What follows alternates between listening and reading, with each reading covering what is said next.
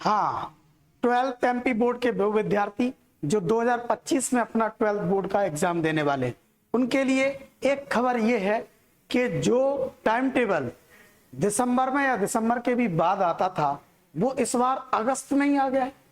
तो विश्वास नहीं हो पा रहा है लोगों को, इस बात पर भरोसा नहीं है कि क्या यही टाइम टेबल बाद में रहेगा या बदल जाएगा, या ये टाइम टेबल फेक है।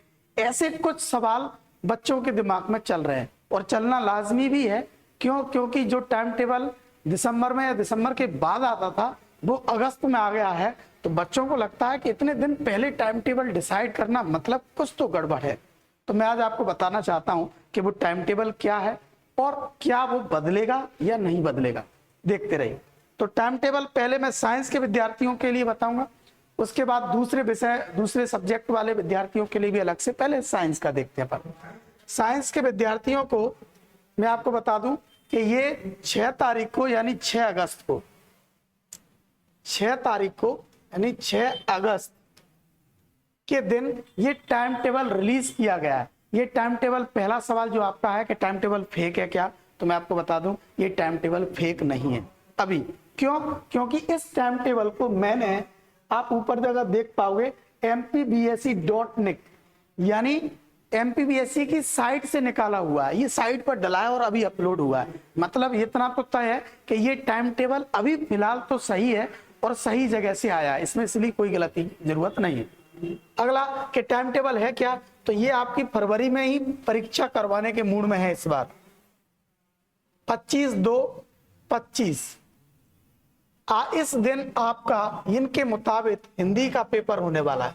किसका पेपर होने वाला है बेटा, ये आपको कह रहे हैं कि इस बार आइए और हिंदी का पेपर आप 25 तारीख को दीजिए। 25 फरवरी, ज्यादातर पहले लास्ट ईयर को छोड़ दें तो 1 तारीख या 3 तारीख से पेपर शुरू होते थे, वो भी मार्च में। इस बार ये आपकी फरवरी में ही परीक्षा करवाने के मूड में है। दूसरा, 25 के बाद ये आपको सीधे 28 तारीख को वापस फरवरी में ही ये आपकी इंग्लिश का पेपर लेने के मूड में है। यानी फरवरी के महीने में ही दोनों लैंग्वेज आपकी हो जाएंगी, आपकी हिंदी भी खत्म और अंग्रेजी भी खत्म। मार्च के लिए केवल 3 सब्जेक्ट आपके कोर बचने वाले हैं। अगला देखते हैं कि नेक्स्ट अगला पेपर आपका काय का है। नेक्स्ट पेपर है आपका, अगर अपन बात करें तो बायोलॉजी का। बायोलॉजी का भी कितने तारीख को बेटा, बायोलॉजी का पेपर जो है, बायोलॉजी का पेपर देखिए, बायोलॉजी का पेपर है 8/3 को सीधे। अब लेकिन आप सोच के देखो कि कितना, नहीं सॉरी, बायोलॉजी से पहले भौतिक शास्त्र लिखा है ऊपर, माफ कीजिए, भौतिक शास्त्र मतलब फिजिक्स। फिजिक्स का पेपर है आपका 4 तारीख को, 4/3/25 ये आपका फिजिक्स है।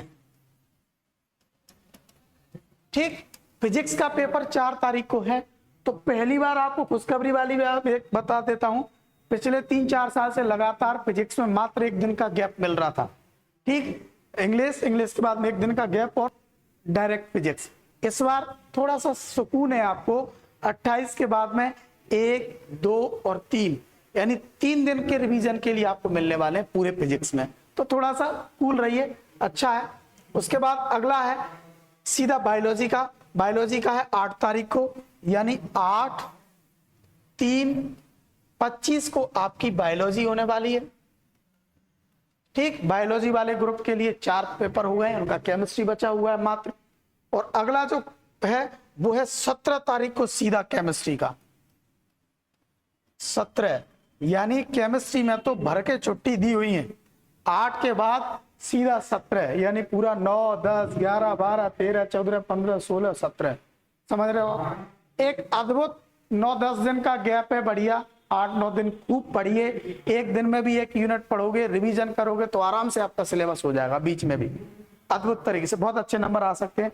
लेकिन कभी कभी क्या होता है, ज्यादा छुट्टी होना भी खतरनाक होता है, ज्यादा छुट्टियों की वजह से भी नंबर कम आते हैं। इसके बाद आखिरी में आपका मैथ्स का पेपर है, वो पूरे टाइम टेबल के नीचे लिखा हुआ है एकदम आखिरी में, और वो है आपका 25 तारीख से, 25 तारीख को। तो आप सोचिए 25 को आपका है मैथमेटिक्स, और बीच में आपकी 17 की आपकी थी केमिस्ट्री। तो इसका मतलब ये हुआ कि साइंस वालों के पेपर 25 से शुरू हो रहे हैं और 25 को ही खत्म हो रहे हैं।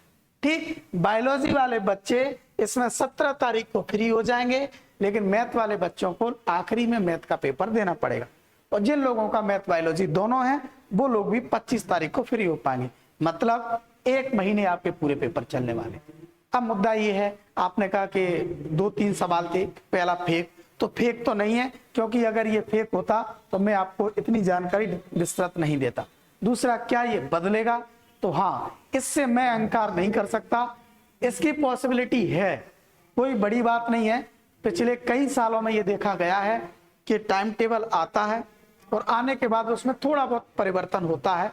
वो उस समय की मांग रहती है कि फरवरी में और मार्च के उस ड्यूरेशन में सरकार के पास कोई एक्स्ट्रा लोड तो नहीं है, कुछ और गतिविधि तो एक्स्ट्रा जुड़ने वाली नहीं है।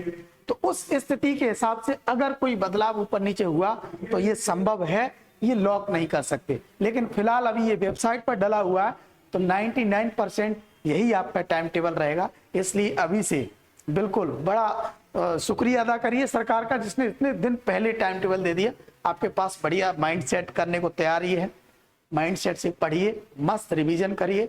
और अगर आपको कुछ दिक्कत हो, ज्यादा अच्छा पढ़ना है, तो सबके सर को सब्सक्राइब करो, आपको ढेर सारी चीजें यहाँ मिलने वाली हैं। इंपॉर्टेंट क्वेश्चंस, न्यूमेरिकल, ऑब्जेक्टिव, इस बार परीक्षा में हम लगातार बने रहेंगे। ठीक है, तो अभी से आपको ऑल द बेस्ट, खुश रहें, मस्त रहें, बिंदास रहें। Thank you.